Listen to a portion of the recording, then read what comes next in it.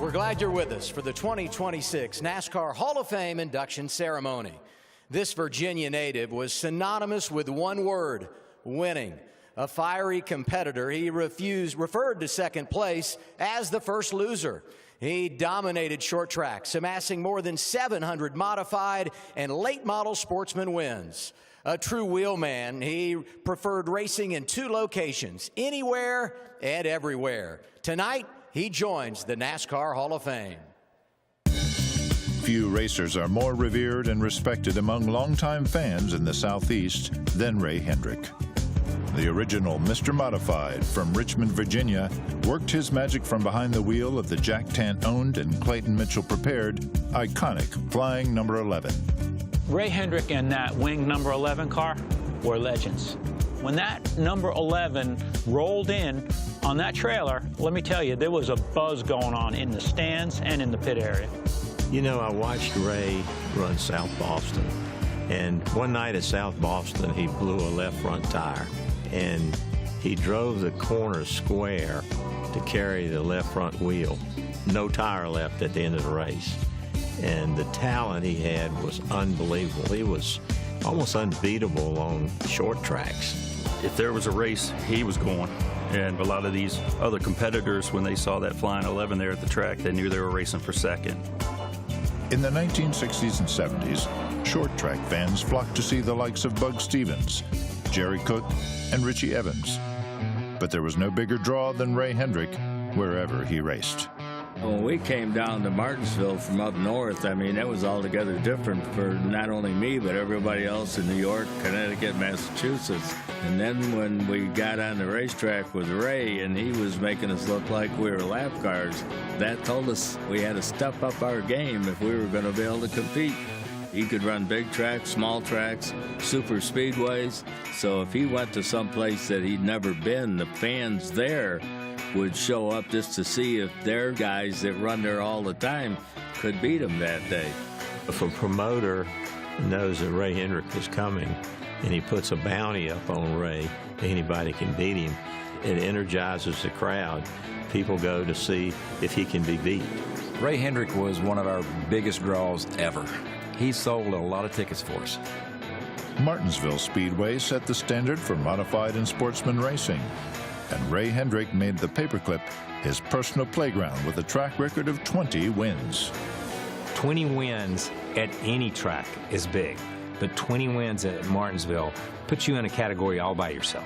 Richard Petty had 15, my grandfather had 20. That's huge. I didn't realize how many grandfather clocks he had won. I knew he had 3 in the house, that's all I know of. We had one at home. Ray Hendrick flies out of the fourth turn and onto the checkered flag, winner of one of the wildest Sunday drives we've seen in a long time. It was something he did, getting in the corner and getting through the middle corner to set himself up to get off the corner, that was just different. And you could watch it and you could see it almost, but you couldn't emulate it. You couldn't copy it. You couldn't make it happen. For its first 2 years, the Cardinal 500 was Martinsville's biggest and fastest modified event.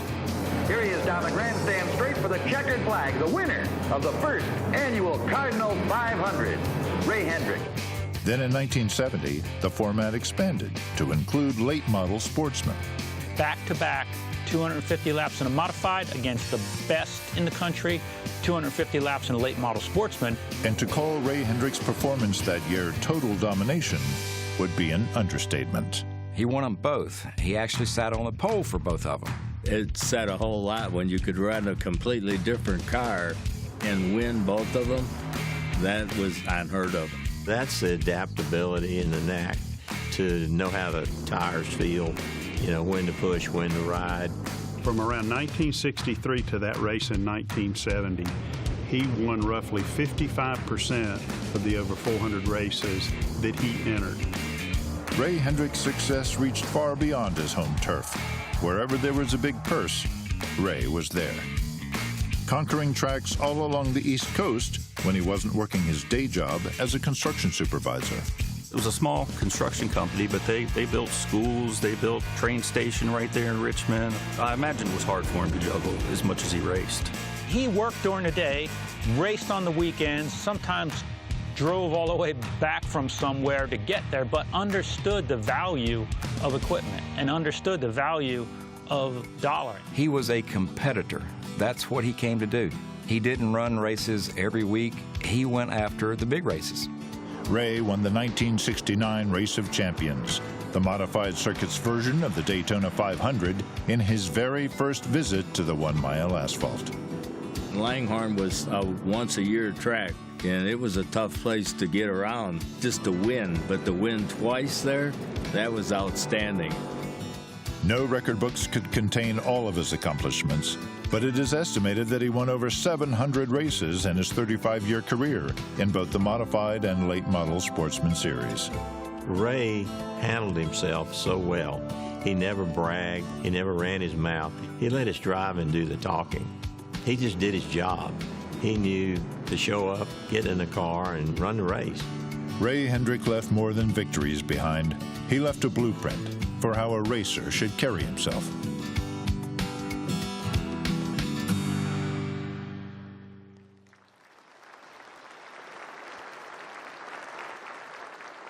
Please welcome Chuck and Ray Hendrick III.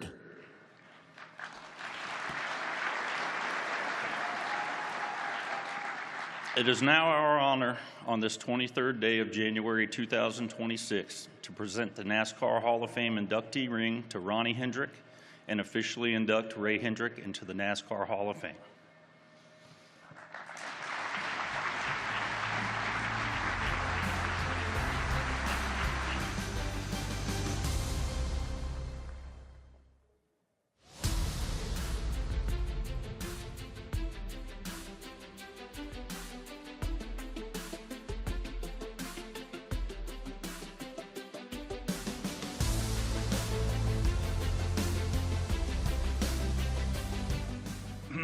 On behalf of the Hendrick family, we are proud to be here tonight to honor our father, Mr. Modified Ray Hendrick.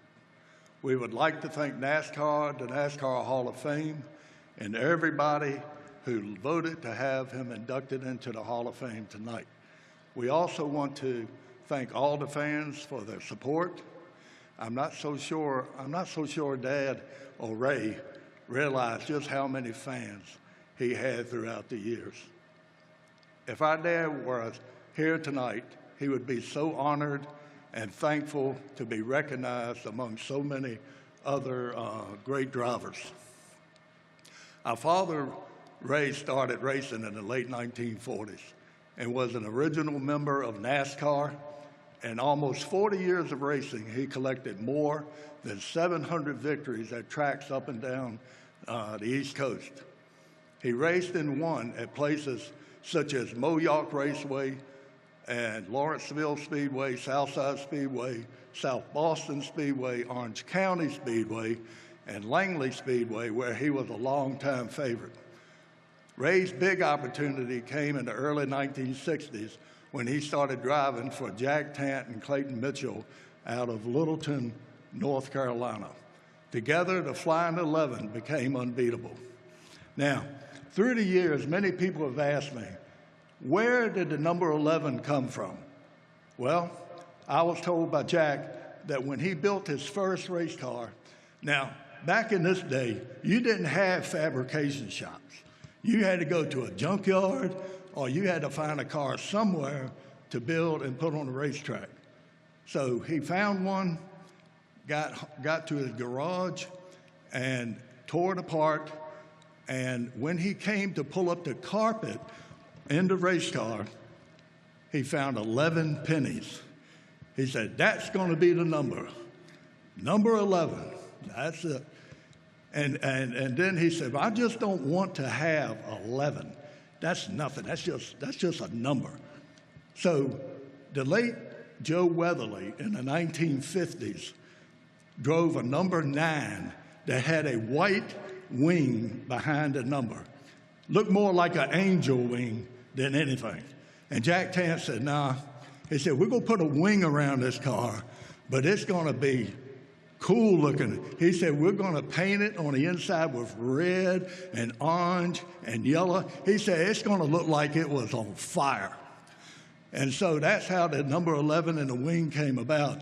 And throughout the 1960s and 70s, my dad, every time he showed up at the racetrack, everybody was going, "Oh no, Ray Hendrick is here."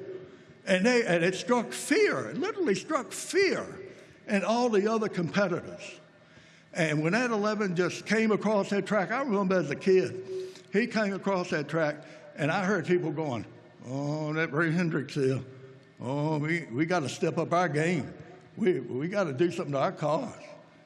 And then all throughout the like 20 years, he won a lot of races up and down the East Coast. But other than that, he was just a phenomenal driver. Not because he was my dad. I saw him race. He was just incredible. Now, beyond his hundreds of local track wins, Ray also won the biggest races in the country. He won the 1969 Race of Champions in Langhorne Speedway in Langhorne, Pennsylvania. And then 5 times he won the Trenton 200 in Trenton, New Jersey. Even though he was known as Mr. Modified, he was just as good a sportsman car driver.